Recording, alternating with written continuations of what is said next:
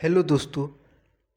Class 10th Bihar board में पूछे जाने वाले अति महत्वपूर्ण क्वेश्चन जो मॉडल पेपर से उठाए गए हैं 2025 के लिए आपके एग्ज़ाम में होने वाले हैं।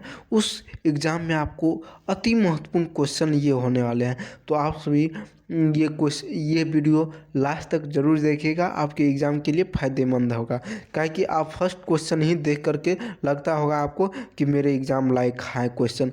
तो कहता है किस दर्पण का फोकस दूरी जो है ऋणात्मक होता है।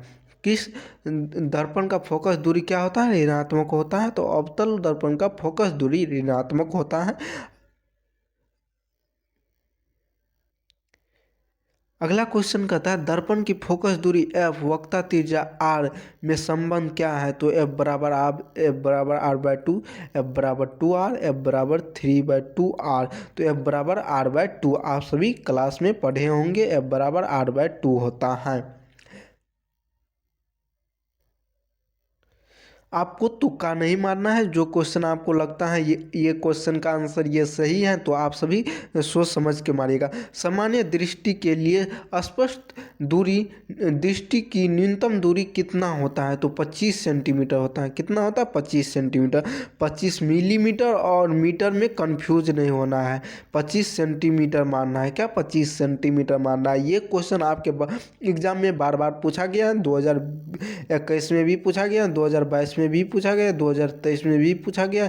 इस तरह से 2025 में भी पूछेगा। आपके एग्ज़ाम के लिए फ़ायदेमंद है ये लेक्चर। अगला क्वेश्चन कहता है श्वेत प्रकाश कौन सा रंग वर्ण किसी प्रिज्म से गुजरने पर पश्चात सबसे कम झुकता है। बैगनी, नीला, लाल, पीला।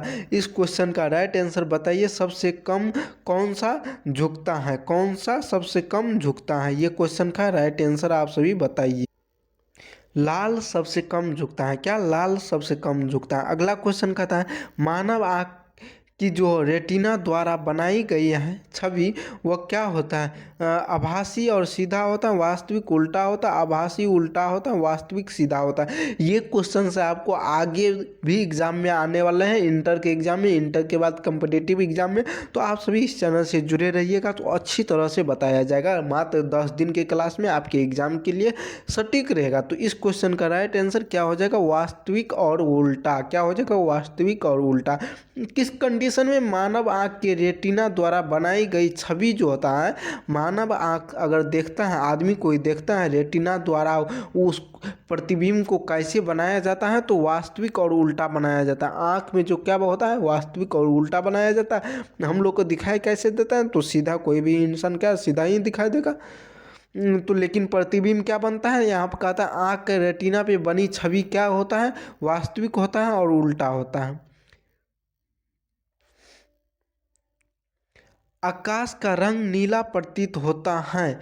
नीला कब प्रतीत होगा? प्रकाश के परावर्तन के कारण, प्रकाश के परिकिरणन के कारण, प्रकाश के अपवर्तन के कारण, प्रकाश से कोई नहीं, इनमें से कोई नहीं।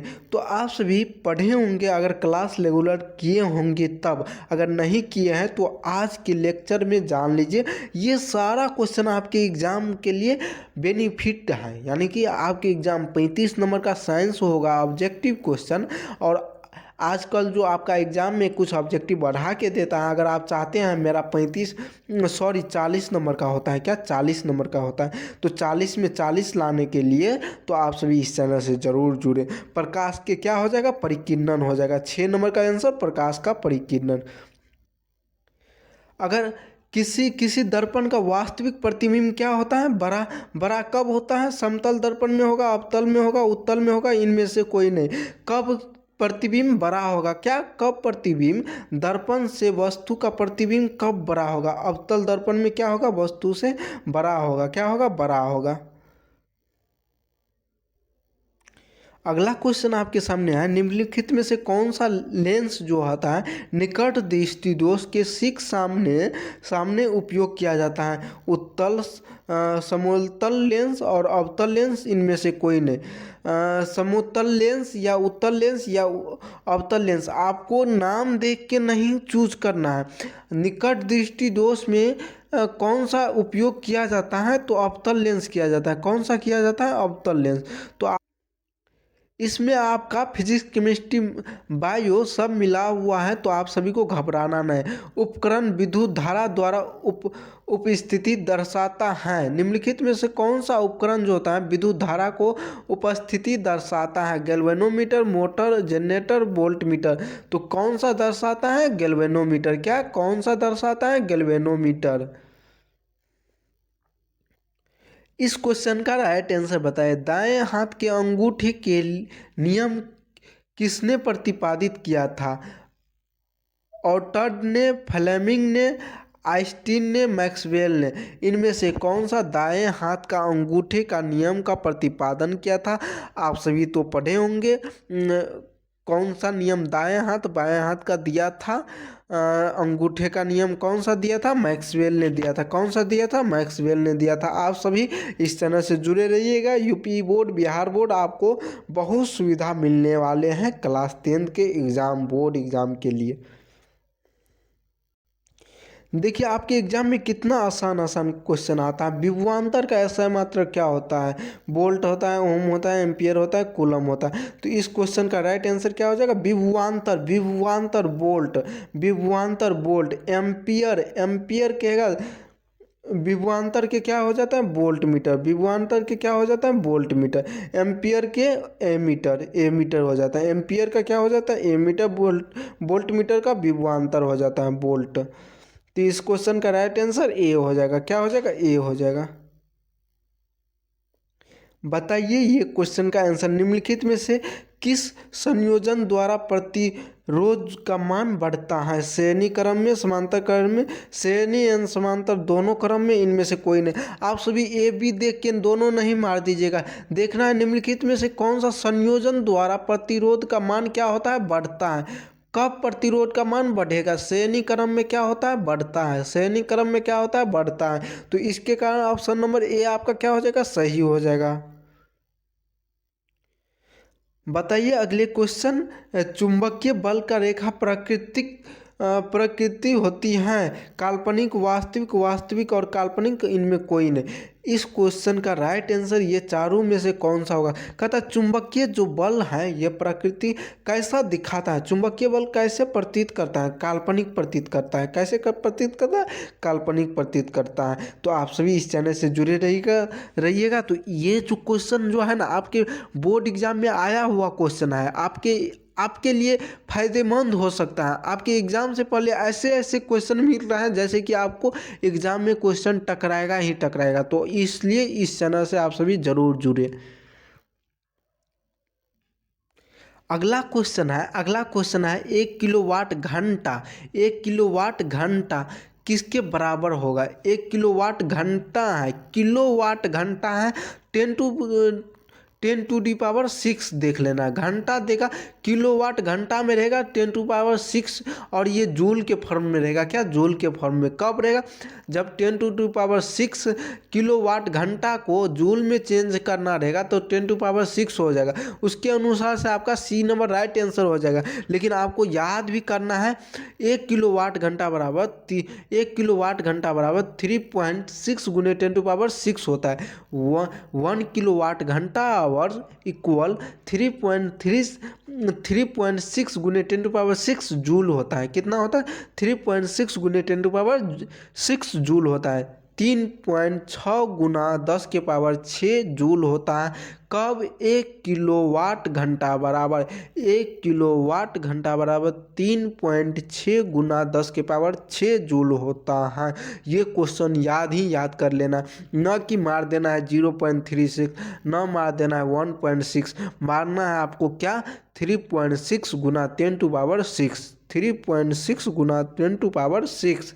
कब मारना है, 1 किलोवाट घंटा रहेगा तब।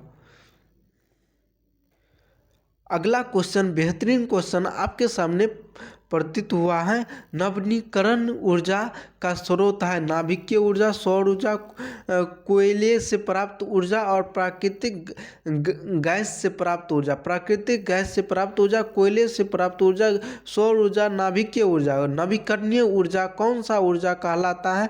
आप सभी ये चारों ऑप्शन से उत्तर दीजिए। तब तक चलते हैं अगला क्वेश्चन के आंसर पे। कौन सा लेंस अपसारी भी कहा जाता है? अवतल लेंस, उत्तल लेंस, अवतल एवं उत्तल लेंस, दोनों, इनमें से कोई नहीं। तो इस क्वेश्चन अपसारी लेंस का क्या हो जाएगा? अवतल लेंस। अपसारी लेंस का क्या हो जाएगा? अवतल लेंस। अपसारी लेंस का क्या हो जाएगा? अवतल लेंस। अगला क्वेश्चन पे चलते हैं। अगला क्वेश्चन है प्रकाश का प्राथमिक वर्ण कौन है? लाल, नीला, हरा, उपयुक्त सभी। उपयुक्त से प्रकाश का प्राथमिक वर्ण कौन सा है? उपयुक्त सभी। लाल भी है, नीला भी है, हरा भी है। चलिए अगले क्वेश्चन पे।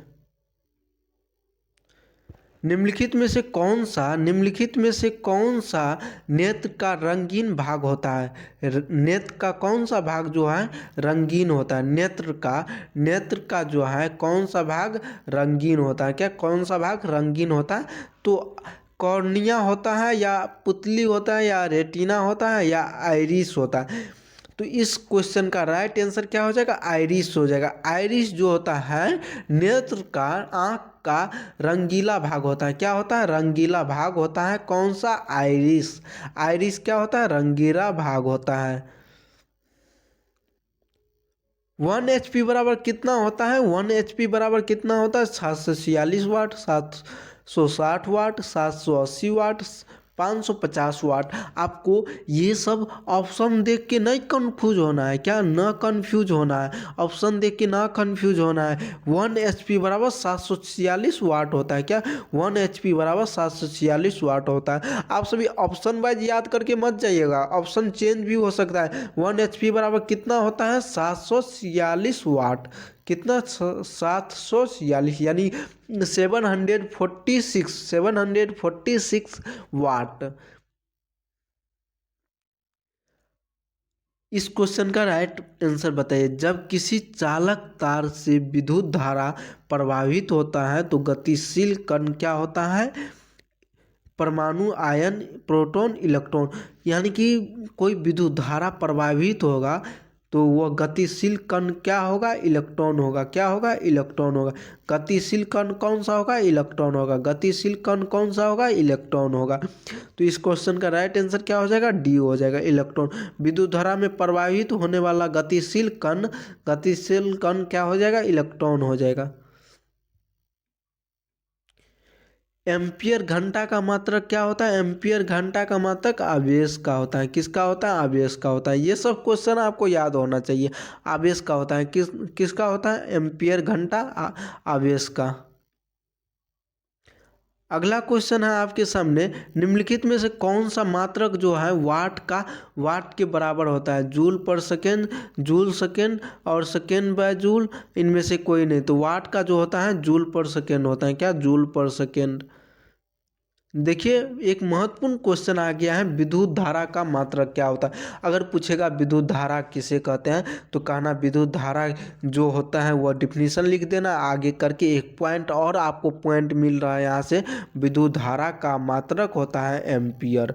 इस तरह का पॉइंट वाइज लिखना है। पहले डिफिनीशन लिखना है, उसके बाद एसआई मात्रक लिखना है, उसके बाद उसका मात्रक। तो यही हो गया। उसको क्या चीज़ से सूचित किया जाता है वह दर्शाना है, उसका फार्मूला। और विद्युत धारा का क्या फार्मूला होता है वह दर्शाना है। तो विद्युत धारा का क्या होता है? एम्पियर होता है। विद्युत धारा का फार्मूला क्या होता है? उस तरह से, इस तरह से पॉइंट वाइज लिखिएगा तो आपको 2 नंबर मिल जाएगा। सिर्फ विद्युत धारा कहेगा तो 2 नंबर आपको मिल जाएगा। तो चलिए अगला क्वेश्चन देखते हैं। अभी जो आपको बताए गए उसके अनुसार लगता है आपको किस तरह से एग्ज़ाम में पेपर लिखना है। अगर आपको उसका जानकारी चाहिए तो इस वीडियो में आप सभी कमेंट करके पूछ सकते हैं। तो अगला वीडियो आएगा तो वो आपको बता दिया जाएगा कि किस तरह का आपको एग्ज़ाम में लिखना है, किस तरह से। तो इस क्वेश्चन का राइट आंसर बताइए। ग्लोबल वार्मिंग का जो उत्तरदायी गैस कौन सा होता है? ग्लोबल वार्मिंग कौन सा उत्तरदायी दायी गैस हो सकता है? ऑक्सीजन या अमोनिया या कार्बन डाइऑक्साइड या नाइट्रोजन? तो इस क्वेश्चन का राइट आंसर क्या हो जाएगा? Carbon dioxide. CO2 global warming के लिए उत्तरदायी गैस होता है CO2। क्या? CO2। अगला क्वेश्चन है, शरीर में भोजन का पचना किस प्रकार का अभिक्रिया है? शरीर में भोजन का पचना कौन सा अभिक्रिया कहलाता है? ये आपको एग्जाम में पूछेगा। तो उपचयन, संयोजन, विस्थापन, अपचयन।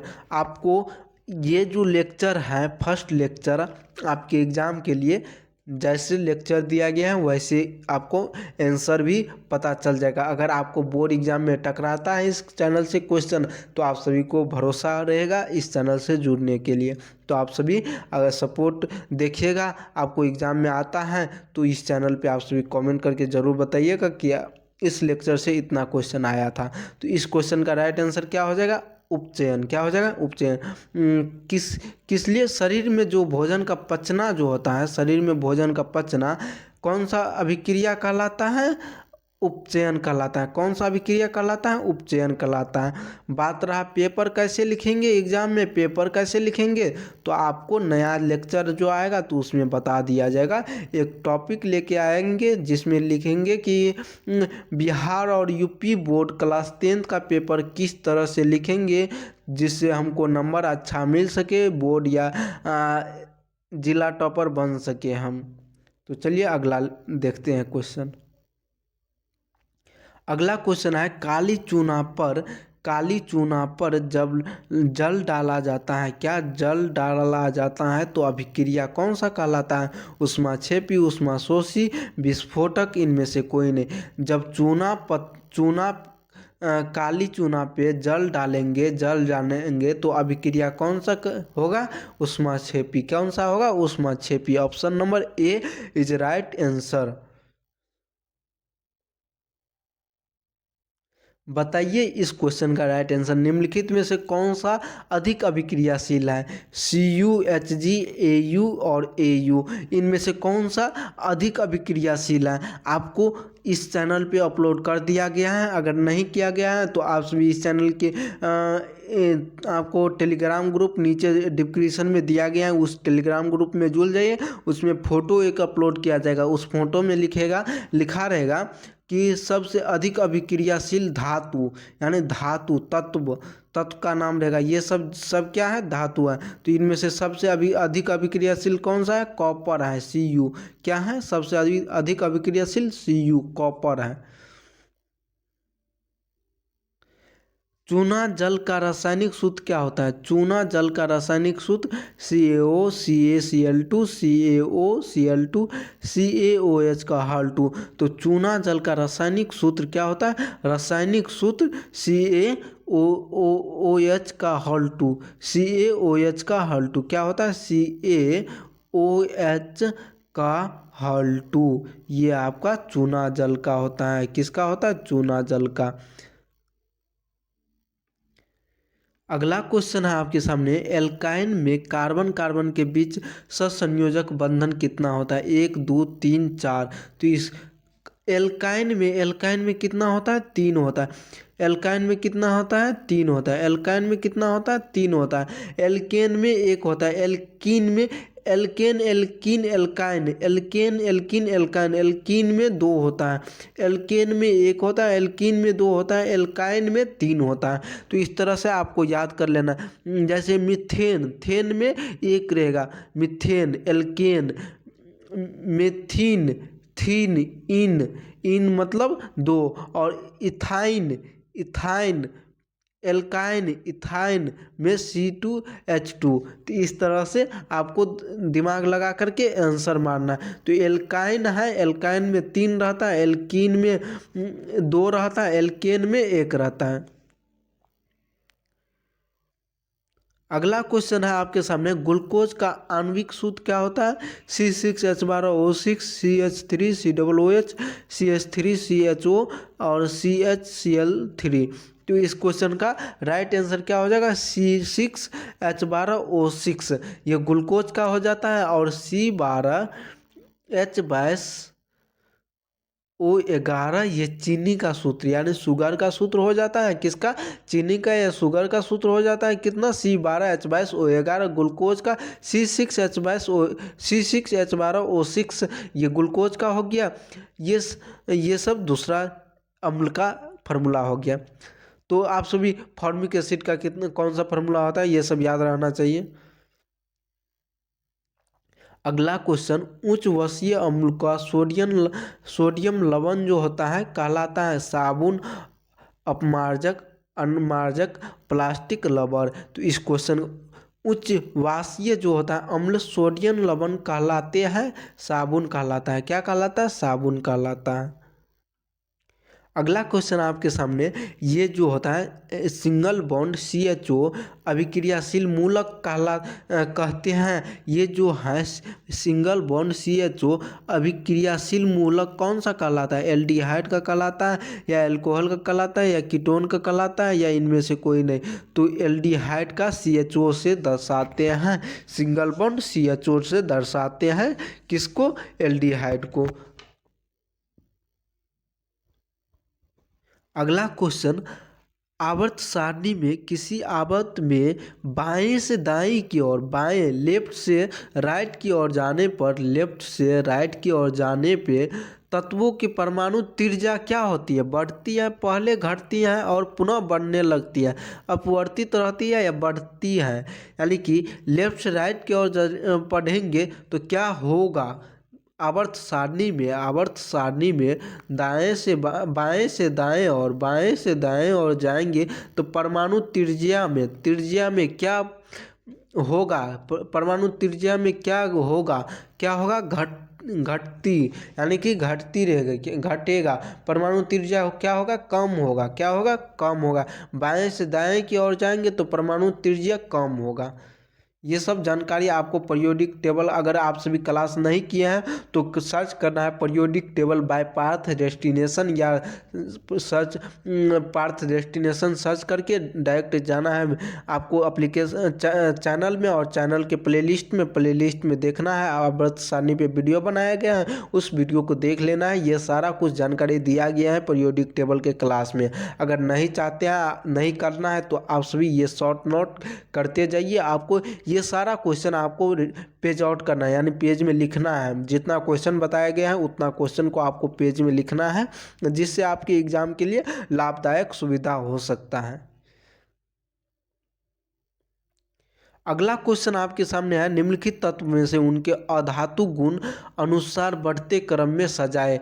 Lithium, oxygen, carbon, beryllium, fluorine, इन सब को क्या कहते हैं? अधातु गुण जो है, अधातु गुण को अनुसार बढ़ते क्रम में सजाने के लिए बोल रहा है। बढ़ते क्रम में क्या करना है? सजाने के लिए। आपको एग्जाम में दिया जाएगा बढ़ते क्रम में, घटते क्रम में, तो आपको परमाणु संख्या, लिथियम का परमाणु संख्या कितना होता है, ऑक्सीजन, कार्बन, बेरिलियम, फ्लोरीन का परमाणु संख्या कितना होता है, इस तरह से आपको याद करके बैठाना है। तो लिथियम का 3 होता है, ऑक्सीजन का 8 होता है, कार्बन का 6 होता है, बेरिलियम का 4 होता है, फ्लोरीन का 9 होता है। इस तरह से आपको बैठाना है। तो देखिए यहाँ पे 8, 9, कार्बन 6, बेरिलियम 4, लिथियम 3, इस तरह से बैठा दिया गया। आपको राइट आंसर क्या हो जाएगा? बी हो जाएगा। क्या हो जाएगा? बी हो जाएगा। सिलिकॉन कौन सा तत्व है? सिलिकॉन क्या है? सिलिकॉन क्या है? धातु, अधातु, उपधातु, इनमें से कोई नहीं। अगर आप सभी पीरियोडिक टेबल का क्लास नहीं करते हैं तो आपको बहुत सारा क्वेश्चन छूट सकता है। आप सभी देख सकते हैं एक बार में कितना ऑब्जेक्टिव पीरियोडिक टेबल से पूछा गया है, यानी कि एक साल में, यानी एक बार एग्जाम जो होता है उसमें एक चैप्टर से कितना ऑब्जेक्टिव पूछा गया है सिर्फ पीरियोडिक टेबल से। तो इस क्वेश्चन का सिलिकॉन क्या होता है? उपधातु होता है। क्या होता है? उपधातु होता है। ना धातु होता है, ना अधातु होता है, उपधातु होता है। निम्नलिखित में से विद्युत धनात्मक तत्व कौन सा है? कार्बन, क्लोरीन, सोडियम और पोटेशियम। निम्नलिखित में से विद्युत धनात्मक तत्व, क्या विद्युत धनात्मक तत्व? सोडियम है। कौन सा है? सोडियम है। कौन सा है? सोडियम है। विद्युत धनात्मक तत्व कौन सा है? सोडियम है। टहरी बांध का निर्माण किस प्रदेश में किया गया है? उत्तराखंड में, उत्तर प्रदेश में, उत्तराखंड में, राजस्थान में, बिहार में। टहरी बांध निम्नलिखित में से कौन सा प्रदेश में किया गया है? उत्तराखंड में किया गया है। कौन सा प्रदेश में किया गया है? उत्तराखंड में किया गया है। निम्नलिखित में से किस धातु को केरोसिन तेल में डुबाकर रखते हैं? केरोसिन में डुबा के रखते हैं। कौन सा धातु जो है उसको केरोसिन तेल में डुबा के रखते हैं? मैग्नीशियम, सोडियम, पारा और टंगस्टन। तो इस क्वेश्चन का राइट आंसर क्या हो जाएगा? सोडियम। सोडियम को हम किस में डुबा के रखते हैं? केरोसिन में। किस में डुबा के रखते हैं? केरोसिन में। ये क्या है? धातु है। सोडियम क्या है? धातु है। सोडियम का परमाणु संख्या क्या होता है? 11 होता है। सोडियम का परमाणु संख्या, सोडियम Na से दर्शाते हैं, Na से दर्शाते हैं, इसका परमाणु संख्या 11 होता है। परमाणु संख्या 11 होता है। परमाणु द्रव्यमान संख्या कितना होता है? 23 हो जाता है। 23 हो जाता है। इसके दुगुना 23 हो जाता है। इसके बाद इसको कौन सा तेल में डुबा के रखता है? केरोसिन में डुबा के रखता है। ये क्या है? धातु है। ये क्या है? धातु है। इतना आप सभी एक तत्व के बारे में जानकारी प्राप्त होना चाहिए। ये कौन सा वर्ग में आता है? ये भी जानकारी रहना चाहिए।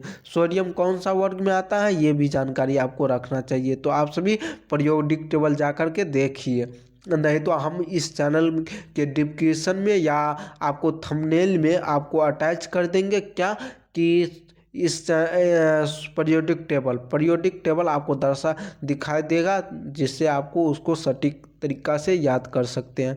तो जय हिंद। इस वीडियो में यहीं तक रखते हैं। आज के वीडियो यहीं पे समाप्त करते हैं। अगले वीडियो में आएंगे नया एक ऐसा चैप्टर लेके आएंगे, ऐसा मॉडल पेपर लेके आएंगे जो आपको लगेगा कि हाँ, इसी वीडियो से, इसी लेक्चर से हर साल क्वेश्चन पूछा जाएगा।